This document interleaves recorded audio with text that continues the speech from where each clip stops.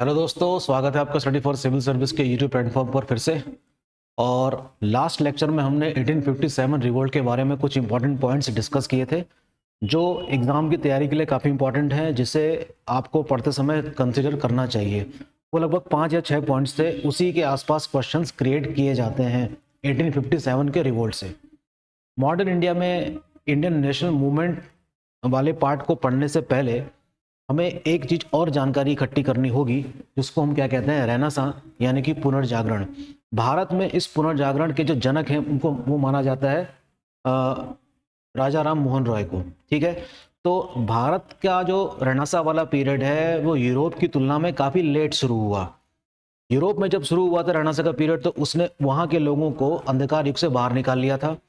और हम देख सकते हैं कि यूरोप किस प्रकार से तेजी से विकास कर जाता है साइंस के दम पर।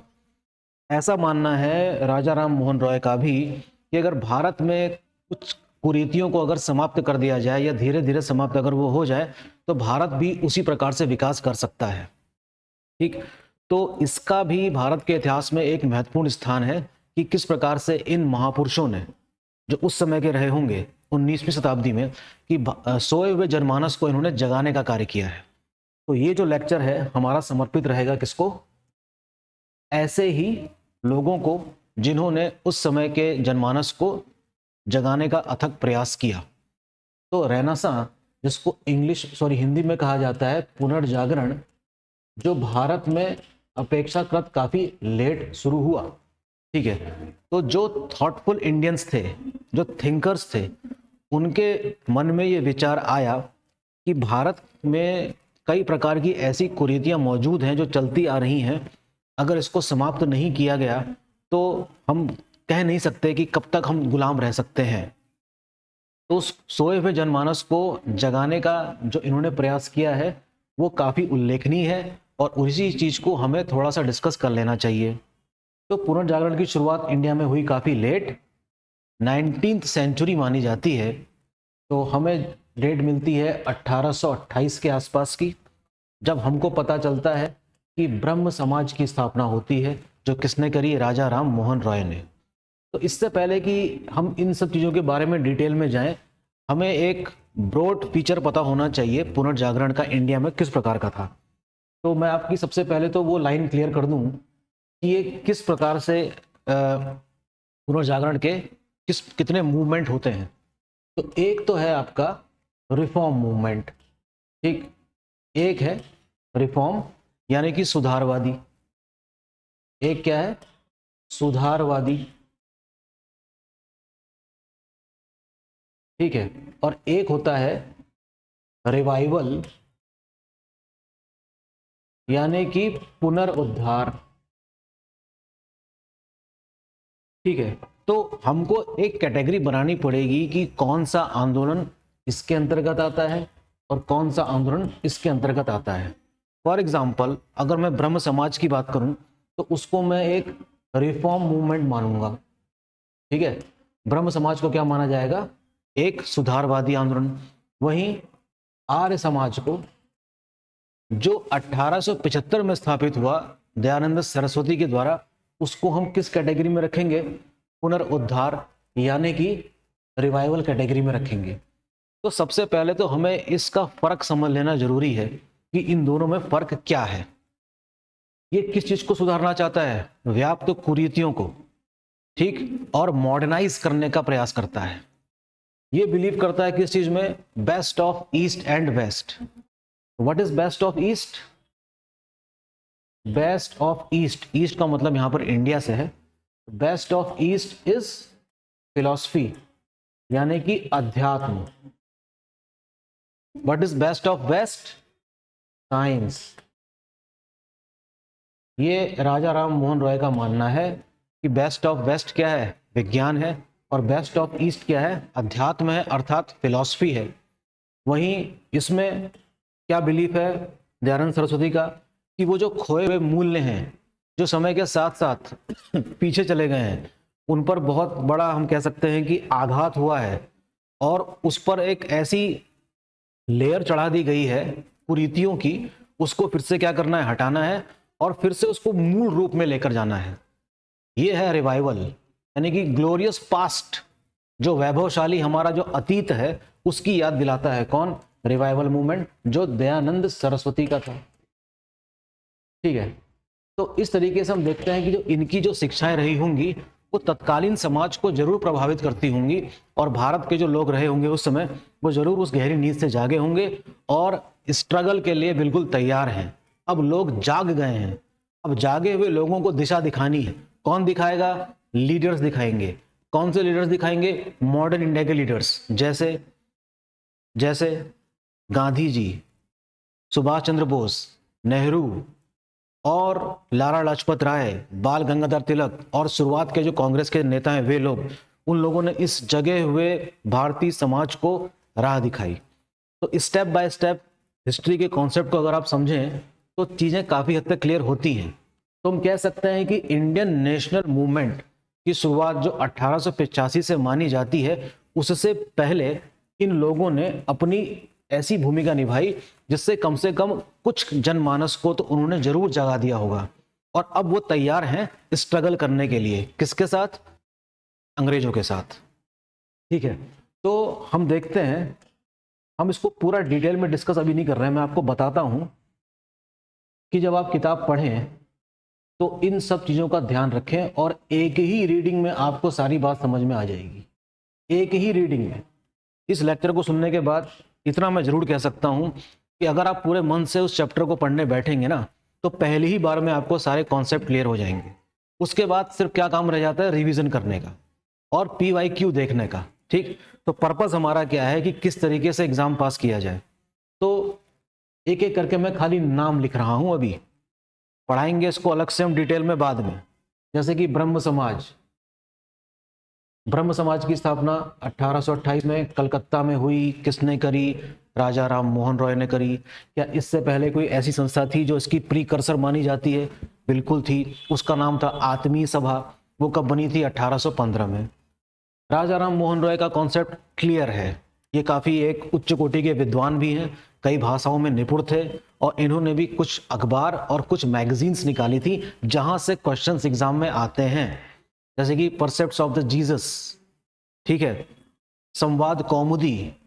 इस प्रकार से क्वेश्चन यहाँ वाले टॉपिक से बनते रहे हैं। ये राजा राम मोहन रॉय के, राजा राम मोहन रॉय के उस अखबार का नाम बताइए जो प्रेस एक्ट के तहत क्या हो गया था, जिसको रोक देना पड़ा था। इस प्रकार के क्वेश्चंस भी आते हैं। राजा राम मोहन राय को राजा की उपाधि किस मुगल बादशाह ने दी थी? ये भी क्वेश्चन आता है ना, अकबर सेकंड ने दी थी।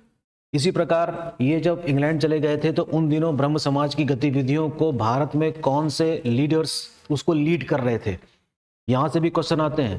ब्रह्म समाज की स्थापना तो 1828 में हुई, लेकिन बाद में इसमें क्या क्या चेंजेस आए और कौन कौन से हमको लीडर्स के नाम मिलते हैं ब्रह्म समाज से, वो सारी चीजें आपको जाननी होगी। ठीक है ना, सारी चीजें जाननी होगी। जैसे कि द्वारकानाथ टैगोर हैं, देवेंद्रनाथ टैगोर हैं, क्या इनका संबंध इस संस्था से था या नहीं, ये सारी बातें जब आप पढ़ाई करेंगे ना तब पता चल जाएगी। ठीक है, तो रेनेसां में एक मेजर मूवमेंट तो ये हो गया जो 1857 की क्रांति से काफी पहले एस्टेब्लिश हो चुका था। ठीक है, लेकिन इसकी शर्तें कुछ हार्ड हैं।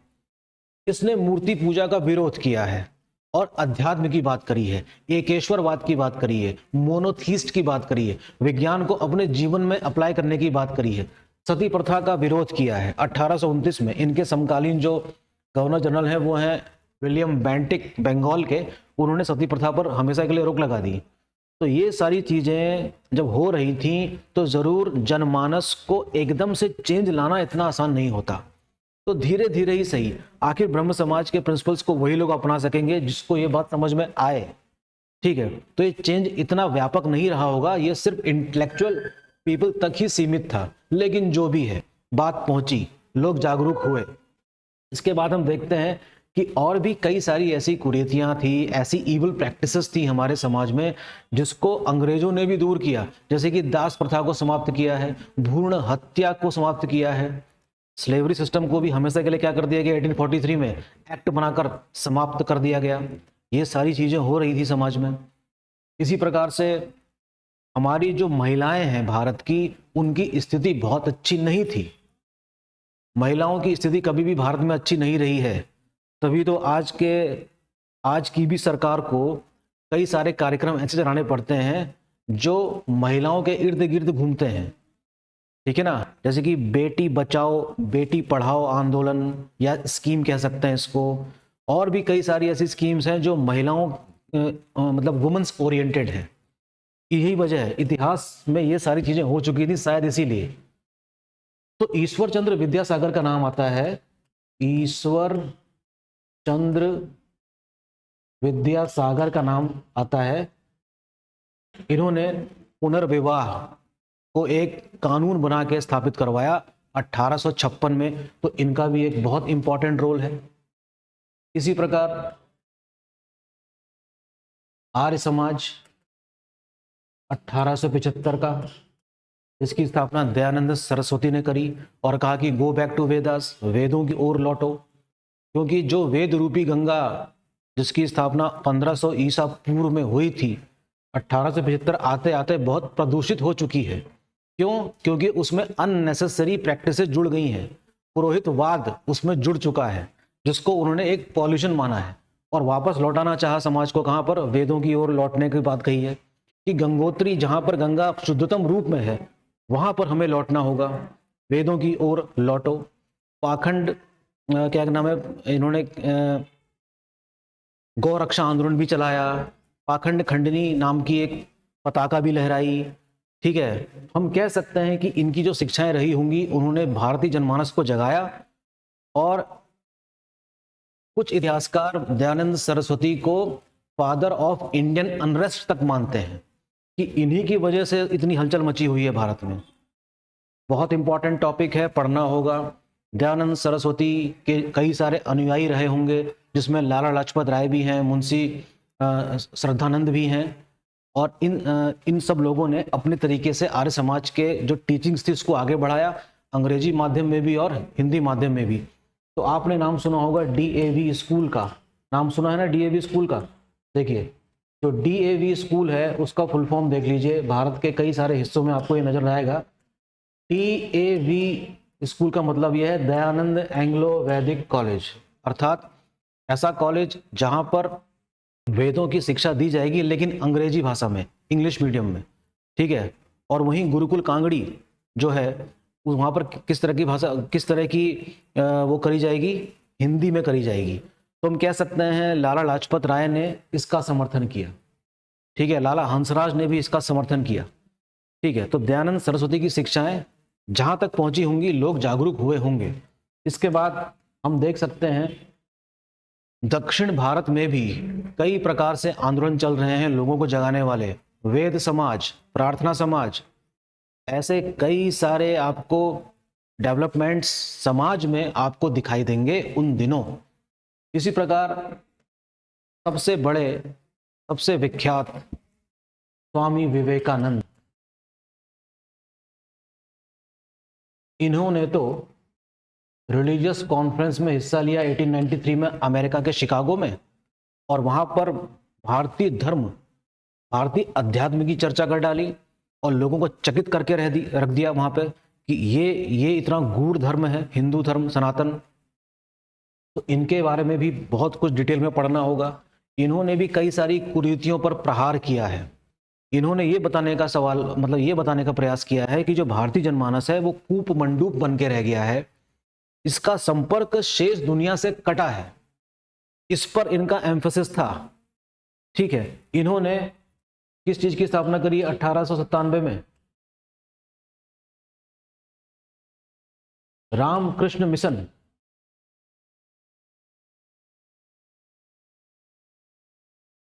रामकृष्ण मिशन की स्थापना करी है इन्होंने, क्योंकि इनके गुरु का नाम क्या था बताइए आप मुझे, इनके गुरु का नाम आप मुझे कमेंट बॉक्स में लिख के भेजेंगे, बहुत आसान है, आपको याद होगा, ठीक है ना। रामकृष्ण परमहंस, मैं ही बता देता हूँ चलिए। तो रामकृष्ण मिशन की स्थापना करी गई, पूरे भारत में ट्रैवल किया, रिलीजियस कॉन्फ्रेंस में हिस्सा लिया है, भारतीय धर्म को इंट्रोड्यूस किया पूरे विश्व के सामने। ये सारी चीजें बहुत इंपॉर्टेंट हैं। सुभाष चंद्र बोस तो स्वामी विवेकानंद को भारतीय आंदोलन का आध्यात्मिक पिता मानते हैं, रिलीजियस फादर, या कह सकते हैं कि हाँ, religious father of what, Indian national movement. ये बात कही है इनके बारे में सुभाष चंद्र बोस ने। बहुत बड़ी बात है। ठीक है, तो ये सारी चीजें आपको समझनी होंगी। इसी प्रकार ये तो बात होगी, चलो हिंदू समाज की बात हो गई। इसी प्रकार के उस समय का मुस्लिम समाज भी काफी पिछड़ा रहा होगा। इनफैक्ट मुझे कहने में कोई भी संदेह नहीं है कि मुस्लिम समाज आज भी शिक्षा की दृष्टि से काफी पिछड़ा है, आज भी है, जिसके लिए वो स्वयं जिम्मेदार हैं। मैं बात दावे से कह सकता हूं, जब तक शिक्षा उनके जीवन में नहीं शामिल की जाएगी विज्ञान वाली, तब तक उनके समाज में उन्नति नहीं हो सकती, बिल्कुल नहीं हो सकती। ठीक है, धीरे धीरे हो रहा है, लेकिन वो जो प्रक्रिया बहुत ही ज्यादा धीमी है। महिलाओं को आगे आने होगा, मुस्लिम समाज को भी, अगर वो विकास करना चाहते हैं तो मुस्लिम समाज में भी हम देखते हैं कि दो प्रकार के आंदोलन देखने को मिलेंगे।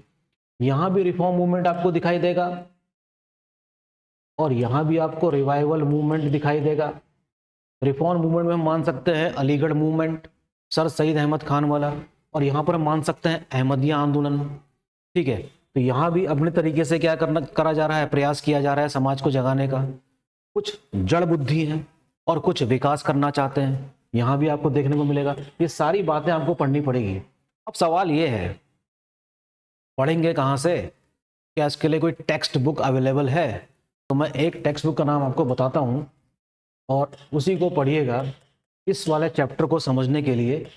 और उस बुक में इसके दो चैप्टर हैं, एक 1857 से पहले और एक 1857 के 2-3 चैप्टर बाद। ठीक है, रिलीजियस मूवमेंट, सोशल, वो उस तरीके से एक चैप्टर उसमें दिया गया है।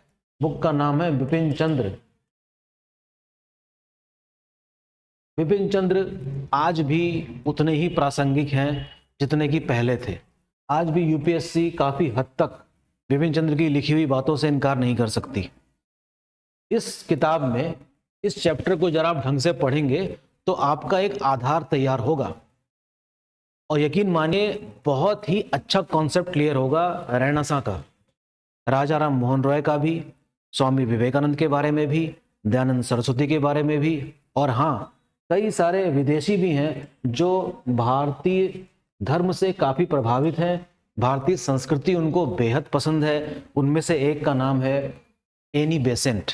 एनी बेसेंट ने भी भारत के को कह सकते हैं कि कई प्रकार से कंट्रीब्यूट ही किया है।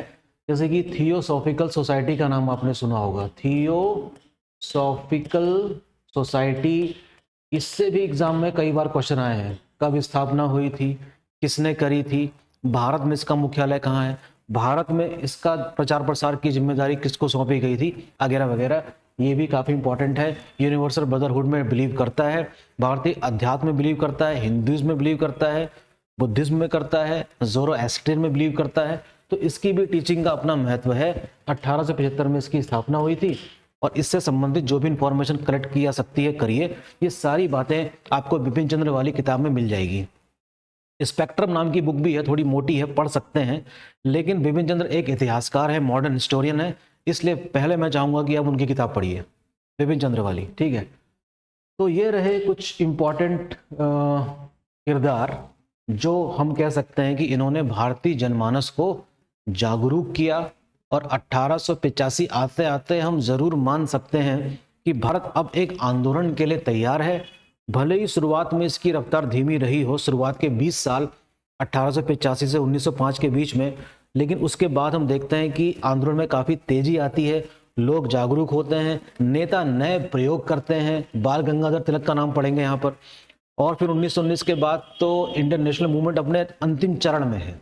कई सारे युवा नेताओं का भी योगदान आपको देखने को मिलेगा, भगत सिंह, चंद्रशेखर आज़ाद, राजगुरु, राम प्रसाद बिस्मिल, ये सारे नाम भी आएंगे, सुभाष चंद्र बोस का नाम आएगा। तो इन सब का कंट्रीब्यूशन आपको पढ़ना होगा इंडियन नेशनल मूवमेंट में। फिलहाल ये चैप्टर काफ़ी इंपॉर्टेंट है। यहाँ से यूपीएससी से लेकर पीसीएस से लेकर वनडे एग्जाम तक सभी एग्जामों में यहाँ से क्वेश्चन आते रहे हैं। हो सके तो PYQs देखिए और अधिक से अधिक MCQs सॉल्व करिए रेनेसां से रिलेटेड। मैं आपकी हेल्प करूँगा पूरी तरीके से आपकी इस पढ़ाई में। आप पढ़िए, पढ़ के समझ में नहीं आ रहा है तभी मुझे पता चलेगा कि मुझे और क्या करना चाहिए। कमेंट बॉक्स में लिख के भेजिए मेरे को कि क्या मेरे लेक्चर को सुनने के बाद आप खुद पढ़ाई कर रहे हैं या नहीं। अगर कर रहे हैं तो समझ में आएगी बात। ओके, तो ये रहा एक छोटा सा टॉपिक रेनेसां का डिस्कशन के मामले में छोटा है, लेकिन वैसे काफ़ी बड़ा टॉपिक है ये। इस पे हम डिटेल वाइज चैप्टर वाइज क्या कर सकते हैं, डिस्कस करेंगे, और कौन कौन से पॉइंट हमेशा रिमेंबर रखने चाहिए उसके बारे में भी हम चर्चा करेंगे आगे आने वाले लेक्चर्स में। ठीक है, तो बने रहिए स्टडी फॉर सिविल सर्विस के साथ और पढ़ाई करते रहिए। Thank you.